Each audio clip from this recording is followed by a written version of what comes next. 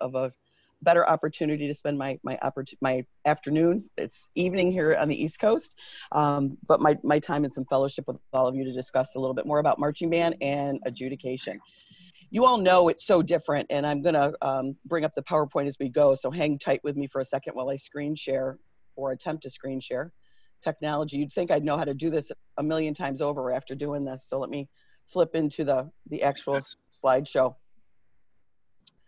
Let's set up the slideshow.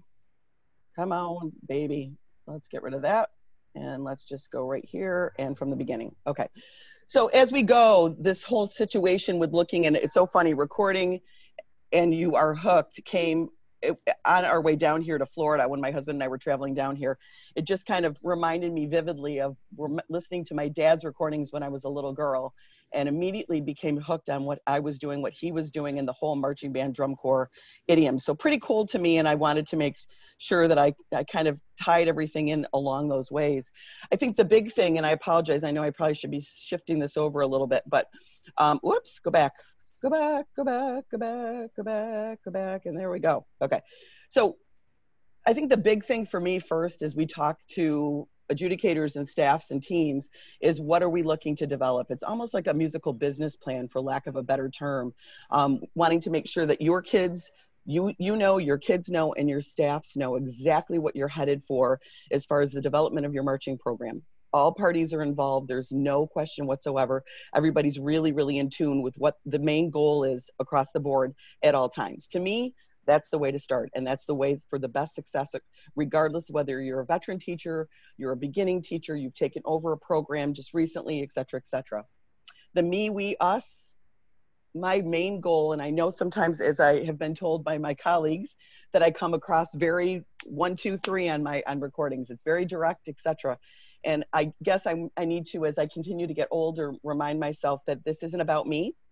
It's about you guys. And I think sometimes my desire to shell out as much information as I can all at once makes me feel a little bit more like I need to list all those things as quickly as possible to get those through. That's not always the best way to decipher that. And I will continue to develop as an adjudicator, hopefully, with that in mind. Because as I was developing this, I was thinking, boy, I need to make sure that I'm doing that on a regular basis. But I want to be positive, educational, uplifting, helpful, and I want to champion your thoughts and your program, just like I want you to make sure you're championing your thoughts and your program on what's happening across the board. I think that reminding ourselves of all of the positives, as much, the glass has to be half full, or we're not going to be successful with what we're doing.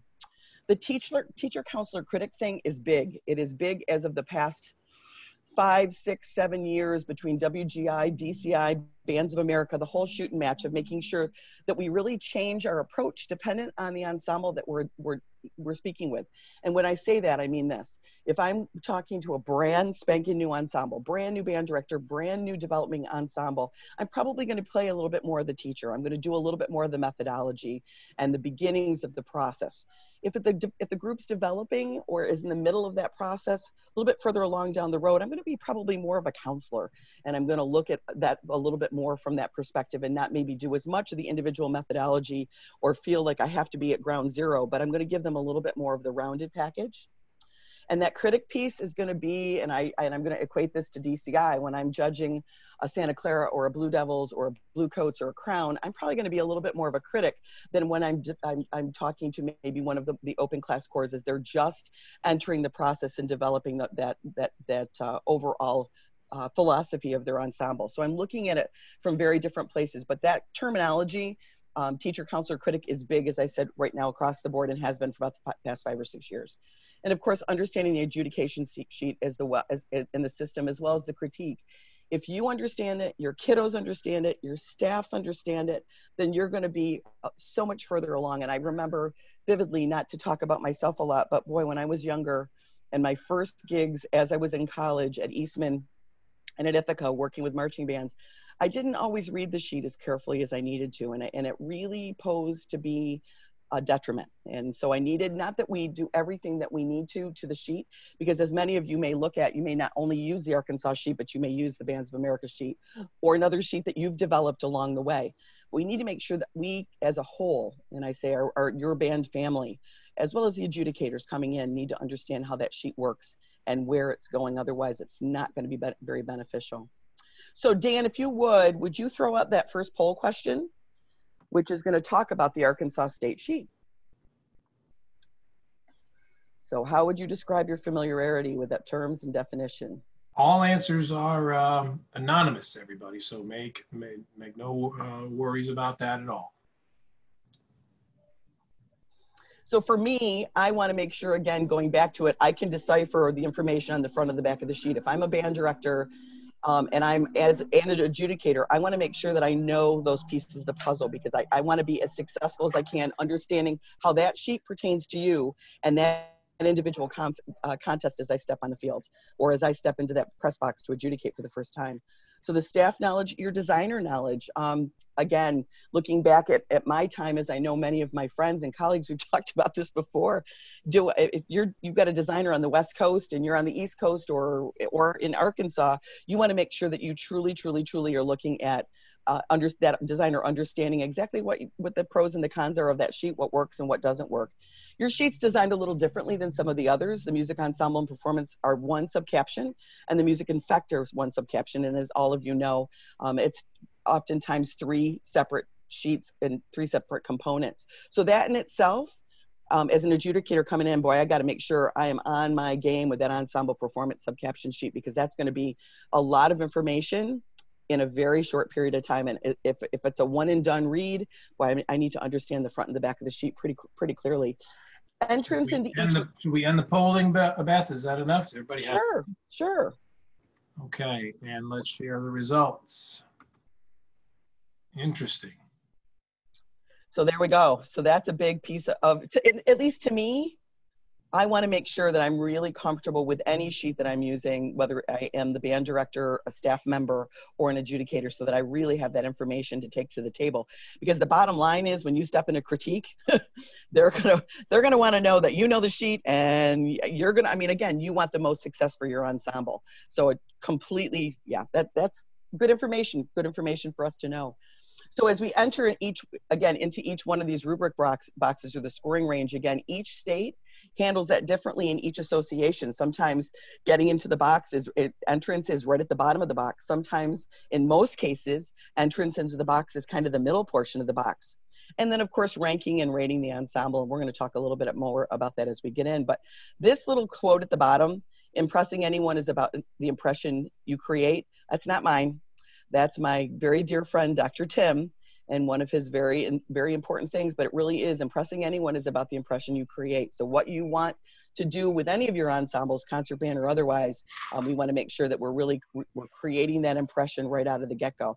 So I'm going to stop this share, unless, Dan, do you have access to can you share the back portion or the front portion of the state sheet? Yeah, I bet I can. Let's see. I'm going to scroll to the next.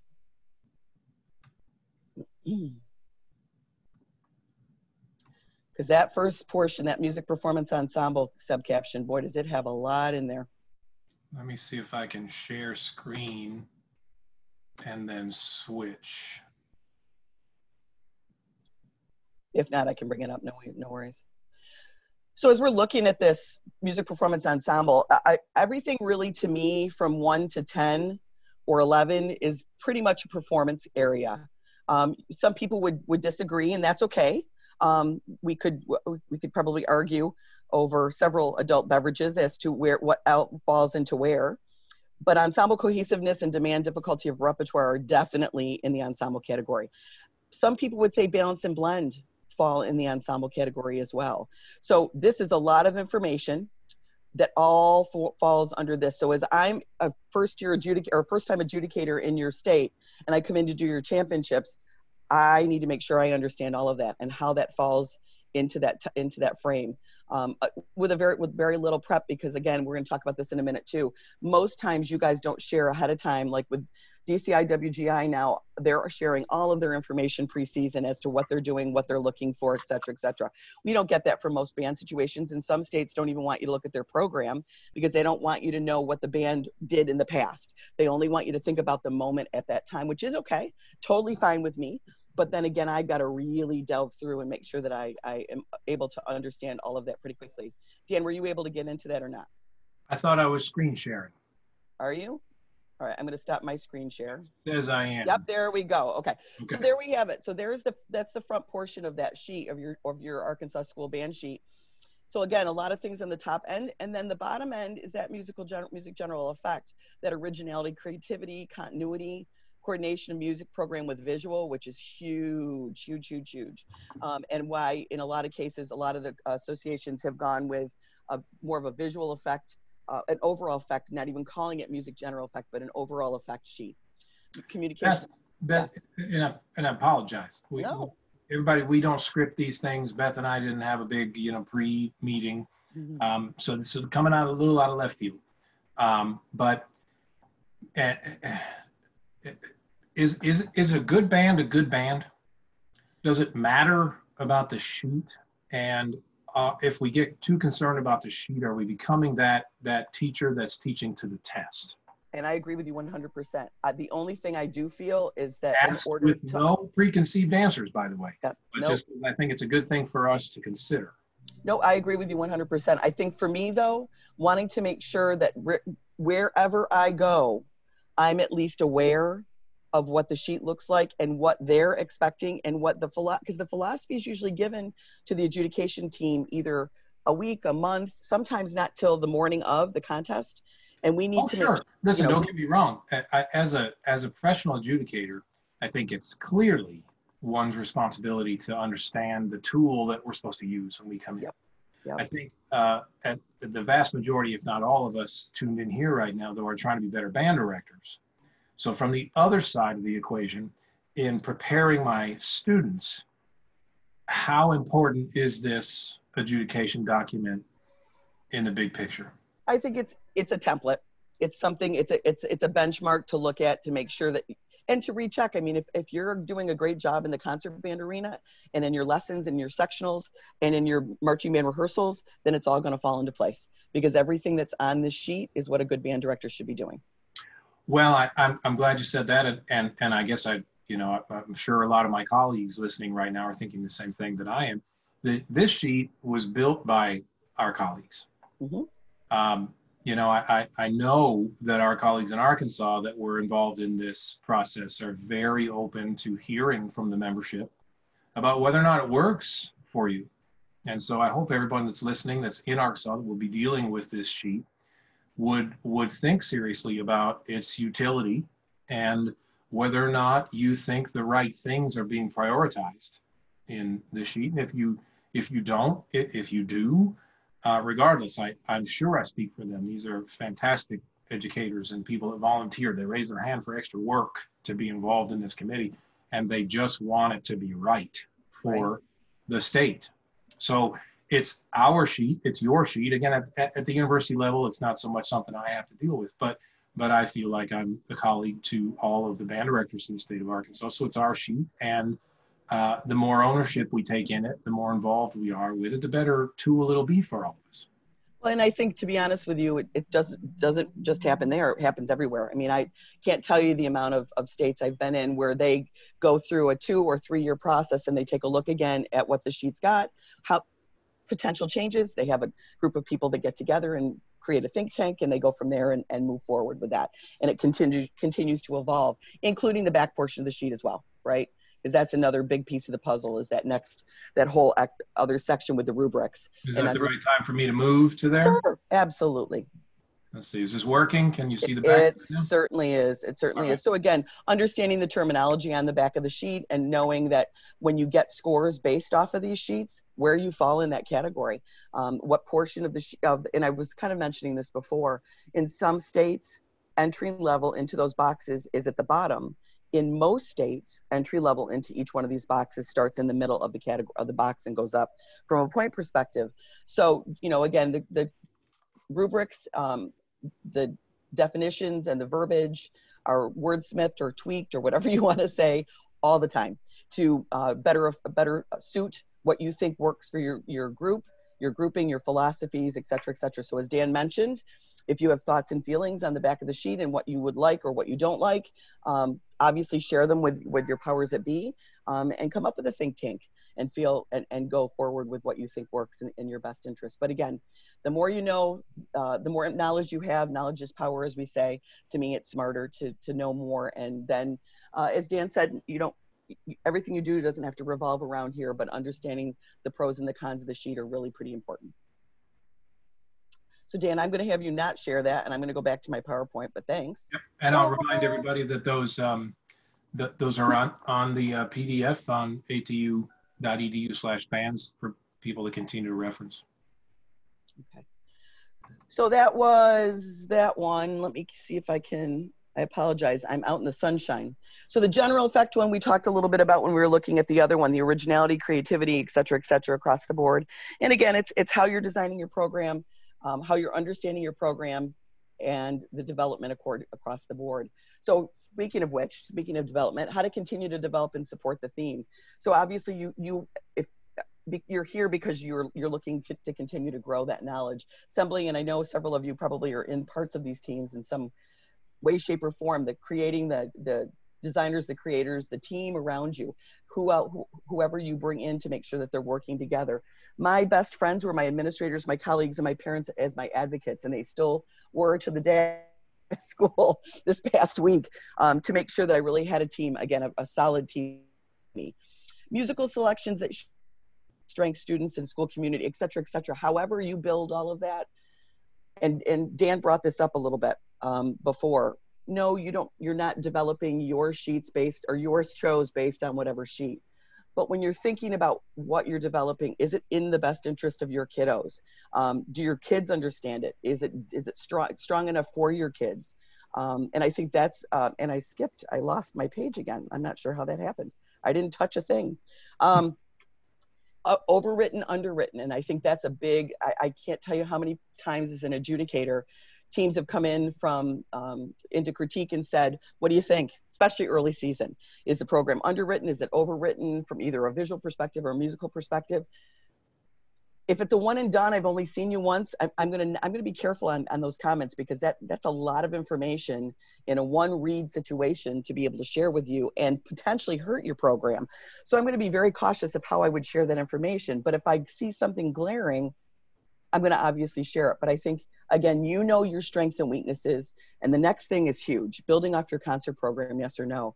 I never worked with a group that didn't think about their strengths and weaknesses from the concert arena, how that was traveling outside. And I know as music educators and as adjudicators, we constantly tell one another, boy, they must have an incredibly strong concert program, or if they have a great jazz program on the field, boy, they must have an incredibly strong jazz program. And they've taken that strength and they've transferred it over into the marching arena. So again, I think all of these things, it's layers and layers of learning across the board. And then sharing. Would be a good time for poll question number 2. It would be amazing, because we have 11 or 12 of those suckers. Yeah. This is about the idea of who is involved with picking and building this show. And a lot of us, you notice the last question, I don't have a staff. So, maybe the staff is me, and the staff is when I talk to my spouse when I get home. You could not have a staff, and answer vary, by the way, because it's you and your spouse when you get home, and they're deeply involved in each step of the design process. I always feel badly when a director comes into critique, and it's, as Dan mentioned, one person. And that person's like, I have 2 other staff members. They're on the bus with the kids headed back. There's 3 of us at best on a good day, and I'm pretty much it, so talk to me. And that, it definitely does change. And yeah. I mean, I think dynamic. I'd be hard pressed to understand where someone says they don't have any staff. There's a junior high band director. Whether or not they're involved or not, I can tell you some stories about my own experience with that. So I certainly understand the potentials there. Oh, look, the cat is saying hi to everybody. She's black, so she matches with my shirt. But it's, whether the staff is, real professional adults, or whether they're young people that have recently come out of the program, or whether the junior high faculty, or they're your spouse, or they're your friends, or they're other band directors. It's one of the things, of course, that we're also proud of in this profession, that There is no band director that will answer the phone and you'll ask them for help and they'll tell you, I won't help you. That person does not exist. And if we're in a place where we don't have a team in town or on campus, I'm constantly trying to remind my students to remember each other when they go out, and I think they do a good job of that. So when we design programs, don't forget that you can reach out in a lot of ways that aren't as obvious as, well, I've got, 6 guard techs and I've got 6 drum line techs and 6 front ensemble techs and I've got 9 woodwind people and, the big situations. So let's take a look at this polling. We'll end it here and share it. And, sort of what we'd expect. I think there are some folks that, yes, they're very, very deeply involved. The idea of each step of the design process, I think Susan Bass described a lot of that to us last week. What's the difference between deciding we're doing a Pines of Rome show and then letting your team run with it, and then 3 months later you get a product, and the idea of really being deeply involved. Who was I think I was Susan mentioned. It was Susan last week. She mentioned she was designing a show for someone at some point in the country, and it was around a superstar first chair all-stater, and surprise, that person's not going to do band next fall. So now they're rebooting because they built around that concept. And so there are some assets and liabilities like everything else. Absolutely. So the next piece of that is, or I should say the bottom of this slide talks a little bit more about the sharing information on your program, selections, details, all that stuff with some of the bigger groups. WGI just started doing it this year. DCI does it, obviously, and sometimes so much information from source material to details about the show to costume design, big picture. Oftentimes you guys don't have that opportunity to do that. So again, the final statement here, the more obvious, the better, or is it? In my eyes, it's fun to be able to discern, to dig through at times and have things pop out at you, and you're gathering them, especially as you're doing ensemble and in effect. But sometimes it's okay to be obvious. It's okay to have the obvious be right there, and to be able to just play extremely well in musical and to have those moments happen and not have to dig through the layers and layers. And again, that goes along, I guess, with more of the design thing probably that Susan talked a little bit more about last week, dealing with the original versus what's already in play. Yeah, that's the overwritten, underwritten thing I think would be interesting for everyone. Band directors have to remember that you don't get credit for doing something hard poorly. Because it was hard and your kids didn't play it, it's challenging. And at the same time, if you're doing, a grade 1.5 published arrangement and you're playing it nicely, it's hard to expect a lot of credit for that either. Beth, there's a couple of chats here. A person here asked, what if we involve students in the selection of a theme? Well, I've known it to be done. As a matter of fact, people are talking about it quite a bit now, just because their kids have been so not involved with having them, have so much of the virtual online. The only problem with that, I think for them to be a part of it and for them to feel empowered to being a part of it is awesome. I think you can tailor that depending on the program, and to see, you can bring a little bit of their ideas in. I don't know if I would make it holistic, just them. I think it has to be a, part of the team effort. I can see both sides, and I can see it be successful as long as you're helping guide the boat, so to speak. Yeah, I think what you're trying to say is, sure, accept input, but, don't forget that 14 or 15-year-olds, they may love the idea of X, Y, Z show, but you're the professional, and surround yourself with other professionals that can take that to the next level. Absolutely. There's another chat comment, Eve says here that many directors wouldn't even speak to her when she tried to ask questions. I'm so sorry to hear that, Eve. Wow. I'm sorry you ran into those kind of folks. I'm sure that's the minority. And Beth's always available here to everybody here, and so absolutely. And I know Julia as well. So Eve, don't talk to those directors anymore.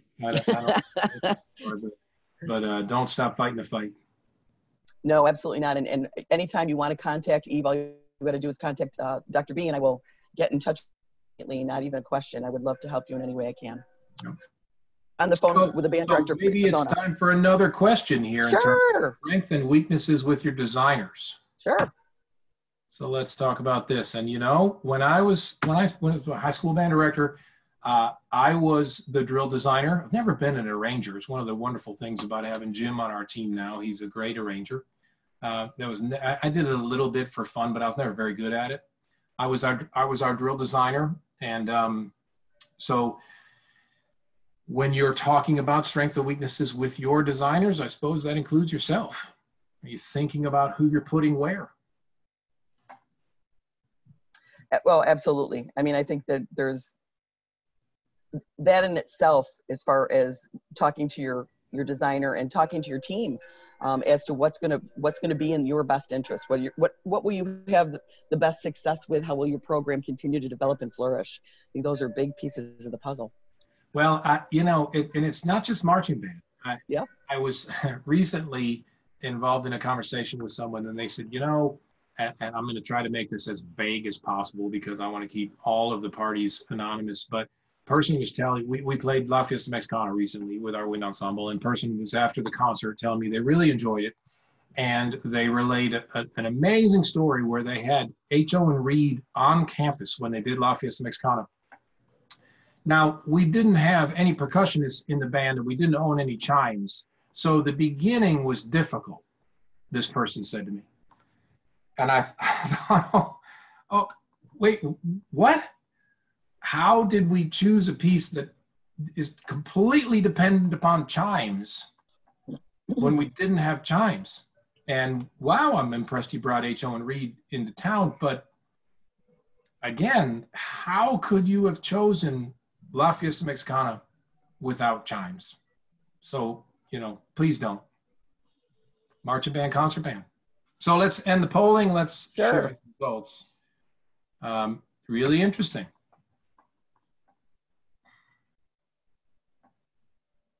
Yep. Again, to me, I know that I've dealt with Robert Smith, Key Poland, numerous guys across the country, Tyler Grant. And it's in all cases, for me, when I was working with those organizations or with the drum corps that I taught, the first thing I needed to let them know, it needed to be a team effort. We needed to work on things together, including the entire staff, not just me as a director. Let me clarify for everybody, just to be 100% crystal. No one is suggesting that if let's just say your clarinets can't play very well right now, that you design a show that hides them. We're talking about design a show that builds them. We're talking about the same concepts in regard to choosing concert repertoire that would build them. We're in the process of teaching students. Now, in the same sense, if your clarinets are weak, then we don't want to play something that puts them on the hot seat all the time for the best interest of everyone. But that educator, performer, pleaser of adjudicators thing is of course something we have to consider all the time. And I suppose I just felt like I wanted to clarify that when we're discussing these strengths and weaknesses, it's not about winning something. It's not about protecting an award as far as I'm ever concerned, but creating opportunities for the students to be successful.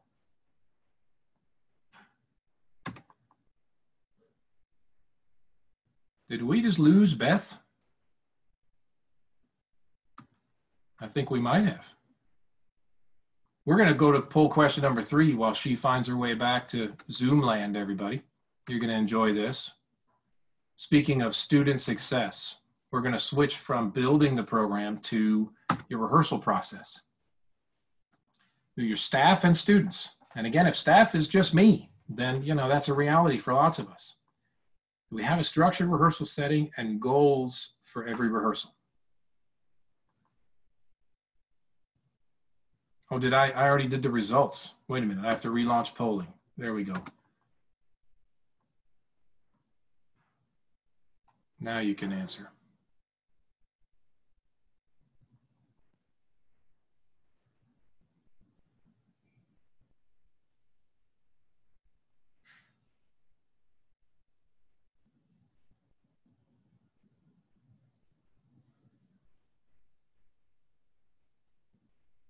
Remember, anonymous answers here so we can be very honest. I ran out of time sometimes and didn't plan every rehearsal, especially at the high school level. It's one of the nicest things about teaching university when they actually give us some time to plan for things, but it's not the same at the high school level. So let's end it and take a look. So 31%, absolutely. Interesting that the 31%, the 54% there, absolutely and generally. You know, I expect most of us, yeah, we're going to make plans for rehearsal. The difference might be in whether or not we're assessing the results of that rehearsal. We're asking not only how did the students do, but how did our staff do, whether we got where we needed to go or wanted to go for that rehearsal. Ralph Brody is readmitted, but I still haven't seen Beth.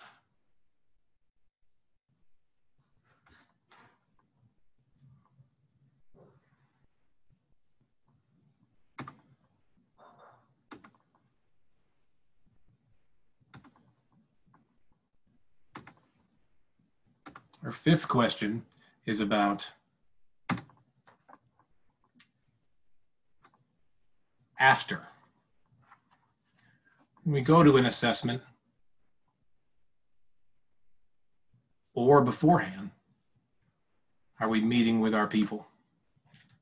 While you fill that out, I'm going to see if I can reach Beth on the phone and find out if she's just got a internet problem or where we are. Oh, no, there she's come back.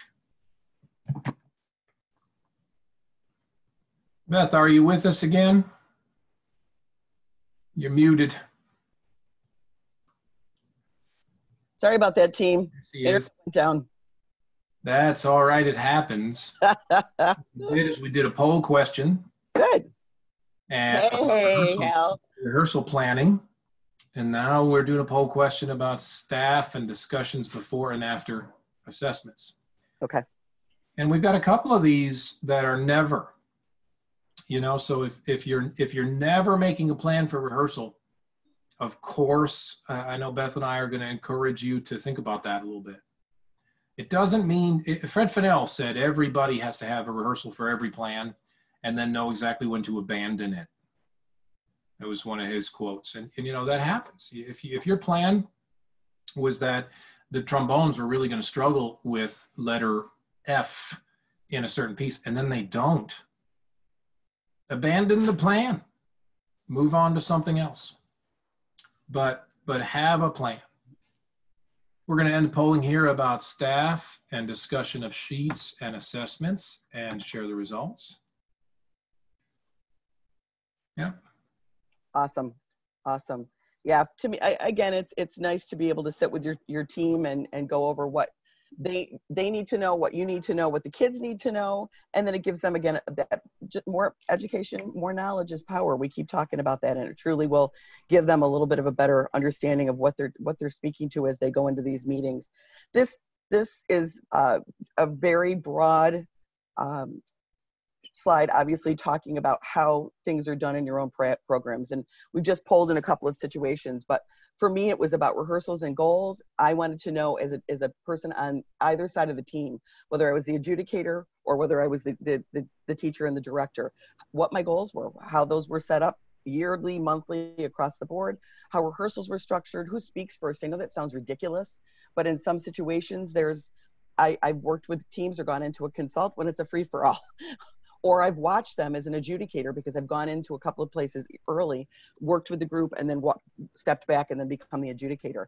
And again, not really a streamlined approach to how the rehearsal is run.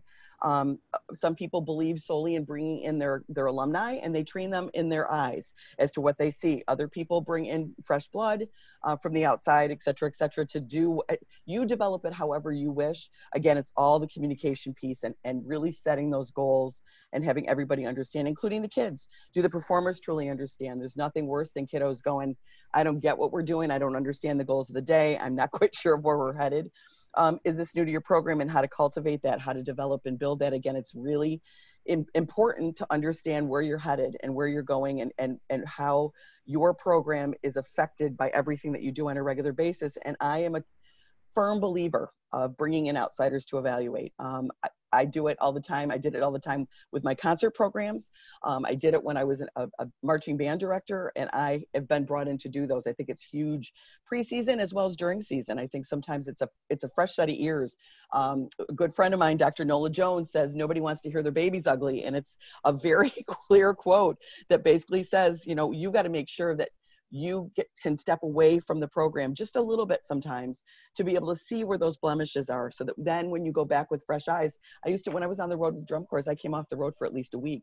My head got too much into the game. I lost my clarity sometimes, and I got very emotional in a critique setting. Me emotional, never, right? But I did, and it wasn't in the best interest of the group. And the same thing for your bands. And then do your staff run evaluation recordings for the kiddos? I think that's really a fun opportunity for the staff to be able to do that. And sometimes, based on whether you feel they're appropriate or not for the kids to hear, which they should be, sometimes the kids can get an opportunity to hear those and grow and develop with those, which I think is really another neat way for people to connect. And for them, maybe somebody in some staff tech was able to pick something up from a corner that you weren't able to see from where you are on the tower. Again, another great way to take a look at those things. My overall viewpoint when I'm looking at this is to provide commentary designed to coach, critique, and evaluate everybody, all stakeholders, which includes the whole team of people that are coming in, the designers, the instructors, the whole shoot and match. You all know we have a small window of time to be able to do that in. So I've got to put those numbers down, and we all do, Dan included, and anybody else on here who adjudicates. And I know Sean Halquist, one of my buddies from New York State's on this right now, and he's a fine band director and also one of my DCI judge buddies. And we know that it's a small amount of time, and we've got to make sure that we put those numbers down quick and efficiently. But with that said, are there too many layers to decipher? Am I having problems as an adjudicator, planning through those? Is it staging? Is it performance? Is it communication, transitions, development? So again, all those things that we kind of alluded to as you're designing and they're tweaked during the course of the season. I know that people don't sit on one product and don't adjust it as it goes. But I think then how you adjust it accordingly, not necessarily with just the adjudicator in mind, but your program, your team in mind, what happens and where do you go from them, as well as when your band takes the field, the impression you're creating before that official adjudication even has begun. And it goes back to that quote that Dr. Tim gave on that very first slide. It does affect the judge's evaluation. There's oftentimes when I'll see a group coming on the field, the professionalism they carry themselves on the field with is amazing. From the time that they step onto that field to what the drum majors are doing, the team is doing, how the kids are setting themselves up. And the first sound that we hear versus a group that comes on that may not have that polished approach at this point. Well, sometimes that does affect us. It's human nature to take a look at that. It's not the end all and the be all. And should you worry if something disastrous happens? Absolutely not. But I think it's something to think about.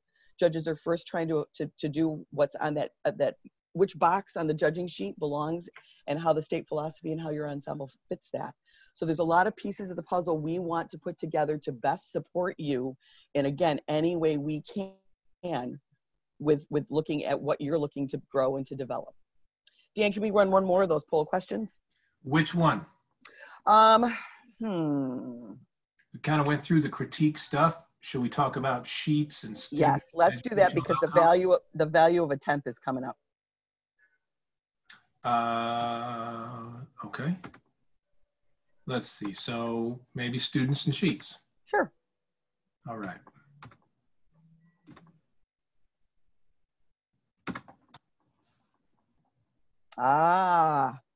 Yes.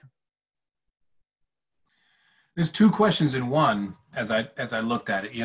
Perhaps we talk to the students about educational outcomes, but maybe we don't talk to them about the sheets, or vice versa. Yep. So I may have lumped that together. I think maybe my teacher brain was thinking, do we look at the big picture? Not only do we talk to them about what happened on that sheet for that individual show. There's some band directors that say no, absolutely not. I know there's some drum corps where very little is discussed in scoring or in sheets with the kids, and then in others, it's a morning ritual where everybody goes, sits around the recordings and listens and talks about that. So it really does become your baby as to how you want to handle that. But I thought it would be interesting to figure that out. Yeah, and to be honest, I thought it was interesting choice of words when you sent me this question, Beth. Does educational outcome mean the result of of a contest or evaluation? Not necessarily. I think educational outcome into what we've established as a band, right? What we've established as an ensemble and as an educational grouping. Yeah, perhaps not surprisingly because of the impact that he's had on our profession, but, Greg Bim seems to come up every single week. And one of the reasons that Greg Bim's a hero of mine is that I've seen him upset after his students won a state championship because they didn't meet the standard that he and the staff and they had set for themselves. And I'd seen him in tears, proud of his students when they did not win something, because for him it had been about educational outcomes. It had been about the process that they built there at home. And I hear that a little bit in Arkansas now. I hear some folks that have some healthy skepticism of an adjudication system. Why would 6 people from out of state know anything more about what I'm doing every single day than I do? And I think you agree with me, they don't. I don't think anyone is trying to say that they know more about what you're doing day to day than you do. No, but what I love about Greg, he allows us to get in there. And I remember vividly being with you on ISU campus, being on the ground, doing an evaluation and performance.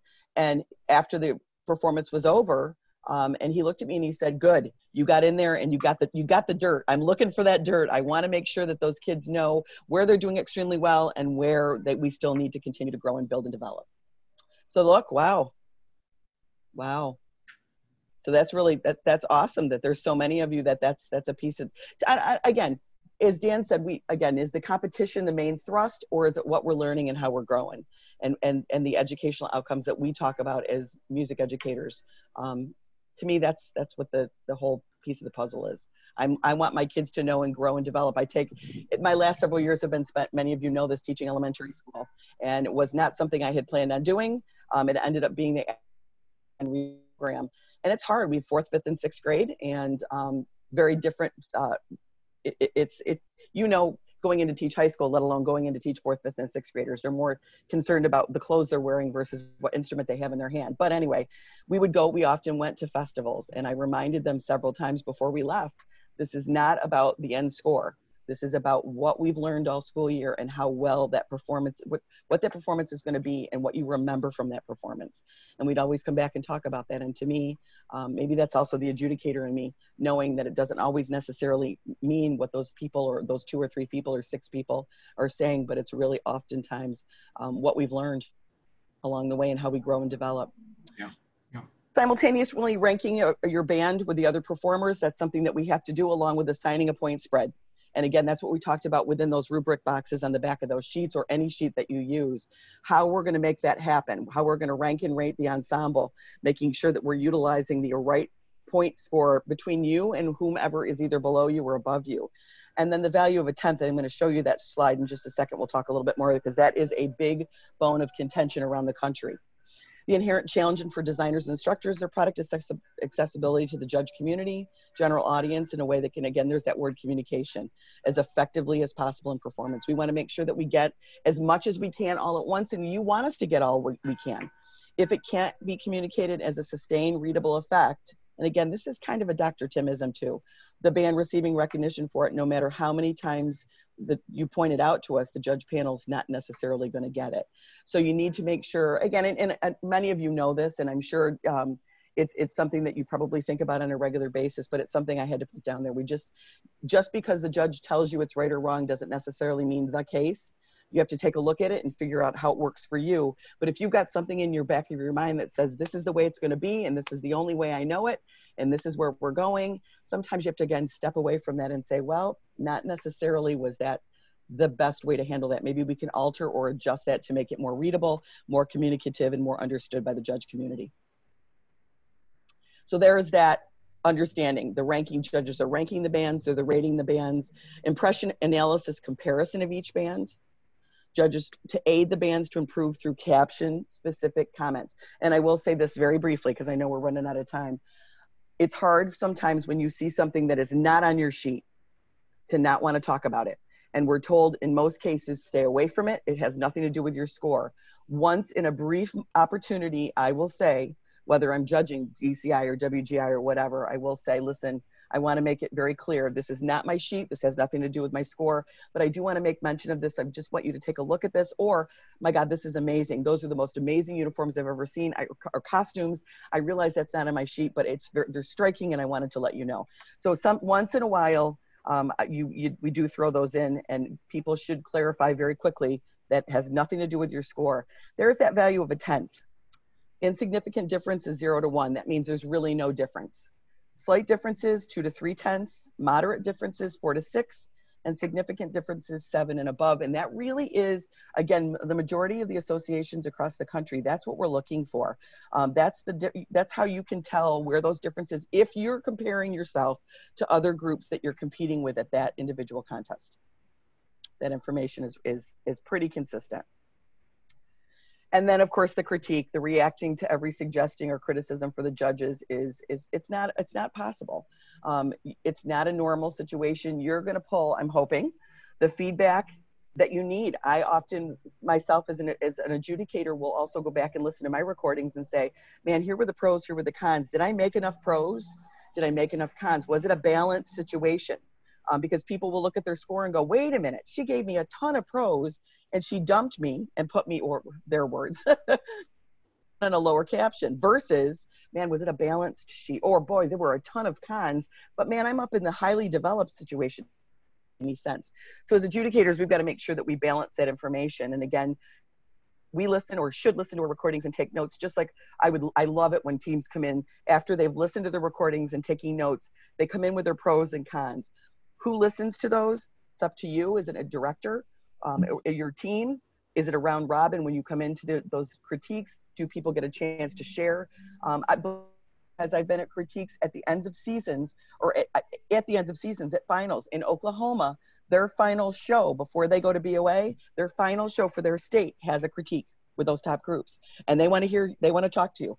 So they come in and they run their whole gamut of what's going on. So it doesn't matter when it happens, but again, 3 to 5 minutes is quick. You need to make sure, are you organized going in there? The things you really don't understand are really the things I would bring to light, or things that the adjudicator brings up that you want to make sure, is this really what you think needs to be altered or changed, or does this really bother you that much? And I will tell you this, I have had many groups call me after the season is over to talk to me about what they're thinking about for future season, which I think is awesome. And it's after the season's over, the dust has settled, and they're thinking towards the future. And I champion those conversations because, again, I may have read something wrong. Maybe it's a good time for us to kind of put our cards on the table and talk a little bit more about that, because the open lines of communication and building our colleague base, nothing more important. And do you wonder why we have critiques? Sometimes I do wonder when somebody comes in and wants to rip my face off, which does happen. It hasn't happened in a really long time. It happened once several years ago in another state, and the band director was looking for a scapegoat, and I was it. And I was very sad when it was over, and I told him that. He wanted to know what I needed to, couldn't talk to his kids about what I had said because I was completely off base, didn't know what I was talking about. And I will tell you honestly, it hurt deeply for about 2 weeks. And I went back and re-listened to that recording about 25 times. And when all the chips were down, I think I was probably closer to accurate than I thought I was. And the band director eventually did call me and apologize. And he was in the heat of the moment, as we talked about earlier. And we decided to lay down the armor and call it a lesson well learned on both sides. And I'm glad I can now call him a friend. But when that stuff happens, I just get really sad because it's not beneficial for anybody. Nobody really learns from it. We don't take anything back, and we don't have enough time to waste. And that's where I'm always looking for. So we're attempting to successfully all of the elements together, engaging, stimulating emotionally, intellectually, artistically, to the adjudicators, to our kids. Are learning and enjoying. There's nothing more important to me. That's the bottom line. Our staff's a team and a family. Our community's learning and growing, and we're learning and growing and enjoying the connection. I cannot tell you how important it is for me to be able to make those connections with all of you and to continue to grow and develop. But it is not an easy job. And if you think that I'm not nervous and apprehensive at every show that I adjudicate, I would be lying through my teeth, because I take this seriously and I worry about making sure that every single person I'm able to chat with and work with understands how important I think they are and how important their programs are. Beth, could I ask you a question? Mm-hmm. Could you reshare that last screen? I can. Yeah.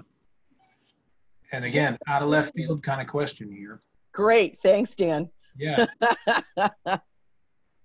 You know, I've been lucky to be there, and you've been there too. So this was a list of things that, you know, that we hope to see. End result, If you take can me out of the answer it, equation. if you can answer it at all, because I just listened to you and I was looking at this and I found myself sort of thinking about it myself. As an evaluator up there in the press box, how do you know if that's happening from the program that you're looking at on the field for that 6.5 to 9.5 minutes? You don't know. Yeah, you do. Well, Yeah, to some extent, you do. You do if you can see and you can hear what you think you need to. But I think in some cases, Dan, there are times I know when kids are enjoying themselves on the field, but I also know that sometimes there's layers of stuff behind there, whether it be that they come from a Title I school, or they've had a bus breakdown, or there's been a major, you know, whatever. But I hope. Yeah. I don't know. It's a good question. I think you hit it. I mean, that's what I was thinking. I mean, to me, I can tell if the kids are proud of this thing. Having a good time is a way that they sort of manifest that. But maybe they're not having a good time because it's a dark program. But they're proud of this thing. They feel good about it. They feel like they're bringing a vehicle that is strong somehow. And so I love so much what you had to say here, and I know we all learned from it. And you know, again, I'm kind of the avatar. I feel like I'm the Johnny Carson here during these things, and I avatar for the directors to maybe pose a question or two, or try to bring some things into relief for them. If I'm in my high school band director days and here in June and thinking about, okay, I get a chance to listen to Beth and I'm going to try to make my band better when I get home. You know, for me, when I evaluate it, there's something intangible about it, that the kids take the field and you can tell that they're bought in, ownership, it's pride in the thing. And it's not a, you know, eyes up, shoulders back, scream, fake pride thing. It's organic pride thing, that they know that they're part of a quality product, which comes from the every single day, the approach to the rehearsal and the rehearsal planning and the team, from the design all the way through the structure of band camp, through the way you approach that day and the way you step off the bus. Don't you think? I agree. Yep, absolutely. Dr. Reed came on, said, you know, please don't rush, and smiled to you there. He's not worried about the 505 or the 507. Thank you, Sean. Folks, do you have questions for Beth?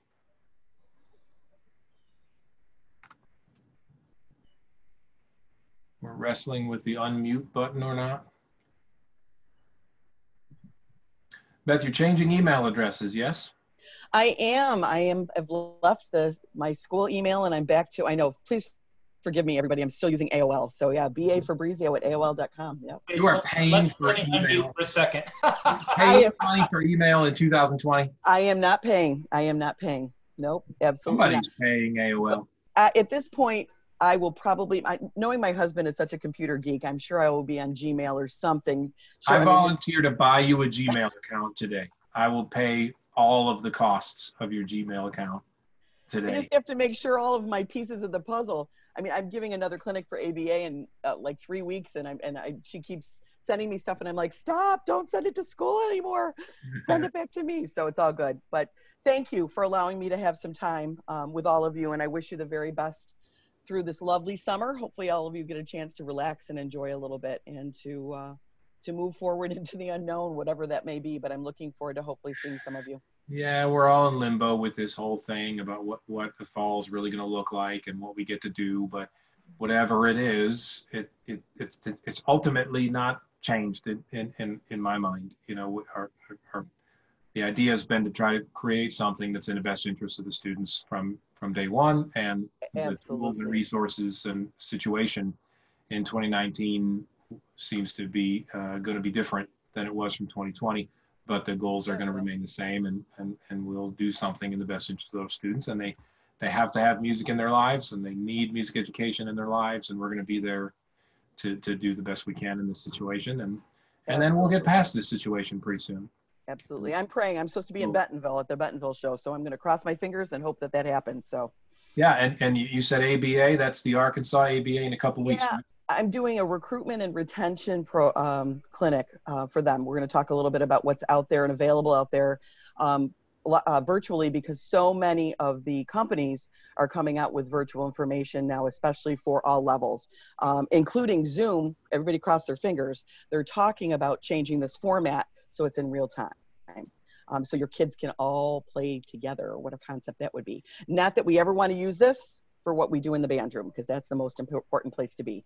But knowing that we may have to dance the dance virtually a little bit longer. So yeah, I'm putting together information for that down the road in between my spending some time reading books and looking at the pretty sunset and this beautiful, gorgeous pool. I'm in this gorgeous backyard with a beautiful pool and some drinks to be had. So guys, thank you. Thanks so much. Wish you the very best. And Dr. Reed, enjoy. I'm sure Dr. Reed's presentation is going to be spectacular. Yeah. Is that AOL email address in your documents on our webpage? It should be. If it's not, I can text it to you. You can put it there. Or drop it in the chat.